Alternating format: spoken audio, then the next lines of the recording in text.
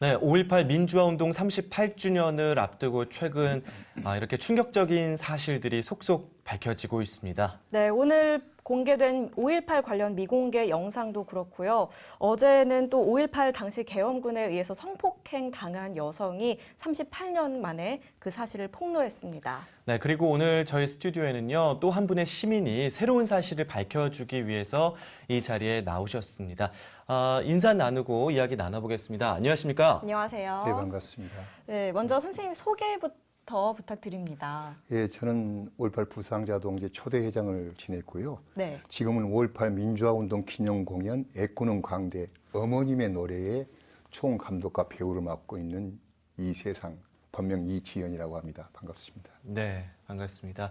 이렇게 귀한 자리를 해주셨는데 오늘 선생님이 오늘 하시고자 하는 얘기가 5.18 때 계엄군이 한 여성을 성폭행한 사실을 밝히기 위해서시죠? 네, 그렇습니다. 저희가 89년 2월 20일 날 저희가 이제 그분을 만났는데요. 그 네. 전에 오빠가 그러시더라고요. 동상 우리 여동생이 처참히 당했단 맛이. 그래서 어떻게 되냐 했더니 공수부대한테 거시기를 당했다는 거예요. 그래서 네. 혼자한테 그랬냐 했더니 여러 사람들한테. 그러고서 이제가 5.18 청문회를 앞두고 그분들을 만났습니다. 네. 했더니 오빠가 그러시더라고요. 동상 우리 어머님은 화병 걸렸고 우리 영생 미쳐버렸네. 그래서 지금 절에 가 있네. 스님이 됐네. 네. 지금 화면으로 당시에 찍으셨던 사진이 나오고 있는데 저 뒷모습만 나오신 분이 그 피해자셨던 그리고 승려가 되셨다는 그분이 맞으신 거죠? 그렇습니다. 모 여고 1학년 때였는데요. 네. 고등학생. 나주 집으로 가다가 좀 그렇게 해가지고 나서 그렇군요. 이 사진 속에는 그럼 선생님이 함께 앉아서 당시 얘기를 좀 들어주셨던 거네요. 물었죠. 어떻게 네. 됐냐고, 오빠 네. 말이 맞냐고, 했더니 우는 거예요. 그래서 동상 한 사람도 아니고 여러 사람한테 성폭행 당해서 맞다 맛이. 자네가 청문회 가게 되면은 네. 우리 어머님, 우리 여동생 한 좀 풀어주소. 그래서 제가 이걸 가지고 갔죠. 네. 가서 얘기를 하려고 그랬습니다. 네. 자, 전두환 노태우에 의해서 이렇게 수많은 사람이 희생을 당했고 한 가정이 이렇게 박살났다. 네. 이 뒷모습을 봐라. 승님이 되었다. 네. 그럼 여성의 그러나 이 사람은 뭐냐. 네. 전두환 노태우 두 부인들은 웃고 있지 않냐. 네. 이거 밝혀야 되지 않겠냐 했더니 네.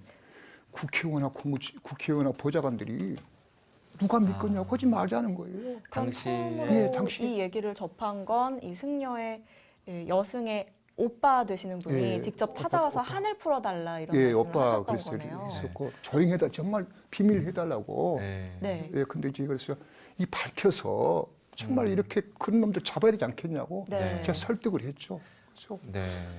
왜냐하면 당시에 우리 선생님이 5.18 민주항쟁 부상자 동지회 회장으로 네, 계셨기 때문에 아마 그 오빠 되시는 분이 와서 억울함을 풀어달라고 하셨는데 청문회에 가서 밝히려고 하니 당시 정치인들이 막았다라는 예, 그렇습니다. 말씀을 해주신 거군요. 예, 그렇습니다. 네. 그래서 묻지를 못하면서 청문회에서 그러면 얘기를 하셨나요? 얘기를 하려고 했는데 네. 못했습니다. 음. 못했고 네. 그래서 그때 오빠도 울고 그러면 동생도 울고 저도 울고 이게 그런 비극을 더 이상 물어볼 수가 없더라고요. 그래서 네. 그래서 정말 지금도 너무 가슴이 아픕니다. 네, 청문회에서도 그 누구도 귀를 기울이지 않았던 예, 이야기였는데 그러면 당시 그 여성 그러니까 피해자분을 만났을 때 그분의 상태는 어땠나요? 그 당시가 89년에 만나셨죠? 89년 2월 20일인데요. 네. 네. 어떤 너무 모습이었나요? 초췌하고 네. 그리고 계속 미쳐 있었습니다. 미쳐 있고 그래서 그 집에서 네. 절로 이렇게 보내서 머리 깎여서 여성이 된 거죠. 네, 너무 네. 심리적으로 고통을 그렇습니다. 받으니까 고통스럽습니다. 절로 가라. 예, 가족들이 그렇습니다. 그렇게 했군요. 사진 속에 저 정면으로 보이는 남성분이 당시 회장님이신 거고요. 예, 못난 저 네, 모습입니다. 그리고 직접 만나서 이렇게 예. 이야기를 예. 나누셨다는 말씀이네요. 예. 혹시 지금도 이 피해자 이제 승려가 되신 분이나 여성분이나 아니면 그 오빠 되시는 분과 연락이 되고 계십니까? 제가 그래서 그 이후로는 사실은 뭐 저희가 민주화운 투쟁을 하다 그리고 또 이렇게 여러 가지 일을 하다 보니 사실 연락을 못 했는데 네. 조만간 제가 찾아뵙고 그때 그것을 제가 못했습니다. 죄스럽습니다. 그리고 희망과 용기 잃지 마십시오. 제가 그 말씀을 꼭 전하려고 합니다. 네, 이번에 이 여승에 관한 이야기를 다시 공개하게 된 특별한 이유가 있나요? 바로 엊그제 우리 김선옥 선생님이 네. 그거를 하고 그래서 나도 이렇게 비겁하게 할 게 아니라 얘기를 해야 되겠다면서 우리 김선옥 선생님한테 전화를 했습니다. 그랬더니 김선옥 선생님께서 제가 활랑 벗어버린 것 같다고 막 그렇게 울먹이더라고요. 그래서 선생님, 우리가 벌거벗어서 강주가 웃고 우리 역사가 새로운 옷을 입는다 한다면 우리가 더 희생을 해야 되죠. 선생님, 더 험한 사람도 있습니다. 그래서 그 얘기를 했어요. 그러니까 선생님 그러시면 빨리 공개하셔야 됩니다. 이게 정말로 그래서 저도 이제 하게 된 것이죠. 네, 그렇게 김선옥 씨가 자신의 과거를 밝히면서 예, 예. 그에 대해서 용기를 얻으시고 또 사명감을 어떻게 보면 느끼신 것 같네요. 예, 그렇습니다. 그리고 오늘 또 그 얘기를 또 했으면 저한테 전화가 돼가지고 네. 19일인가 20일에 네. 구 MBC 자리에 옆에 네. 가불탕이라는 목욕탕이 있었습니다. 네. 그 목욕탕에 끌려가서 개헌군한테 당했다고, 성폭이 아, 당했다고, 네. 그것을 85년도에 저희 이제 5.18 부상자의 그 사무실로 그렇게 이제 신고를 해온 분이 그렇게 계셨답니다. 그 또 얘기를 다른 분이요? 다른 분이요. 아. 그리고 이제 그 말고도 그때 청문회 조사하는 과정에서 또 이모 분이 정신병원에 갔고 또 이경모란 그분은 네. 성폭행 당해서 그 이후에 그 비참한 생활을 하다가 분신 자살했다는 얘기를 네. 제가 들었습니다. 아직도 밝혀지지 않은 또 계엄군에 예, 의해서 성폭행을 당한 피해자들이 아직도 있는 것 같아 보여서 참 안타깝네요. 맞습니다. 근데 네. 말씀해 그걸 주시죠. 그걸 죄송한 얘기로 얼마나 치부겠습니까? 부끄럽고 그렇죠. 아무도 네. 정말 그런데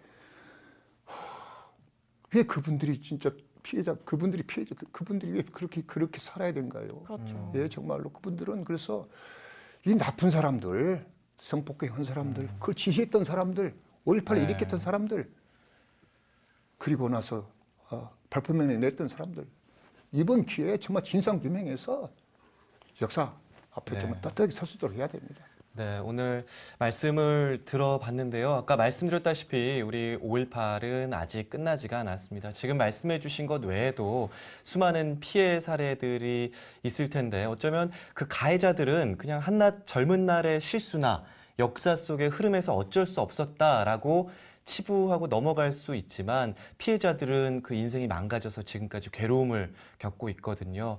네, 철저한 진상규명과 책임자 처벌이 이루어지기를 다시 한번 한마음으로 바라봅니다. 오늘 말씀 잘 들었습니다. 고맙습니다. 고맙습니다. 죄송합니다.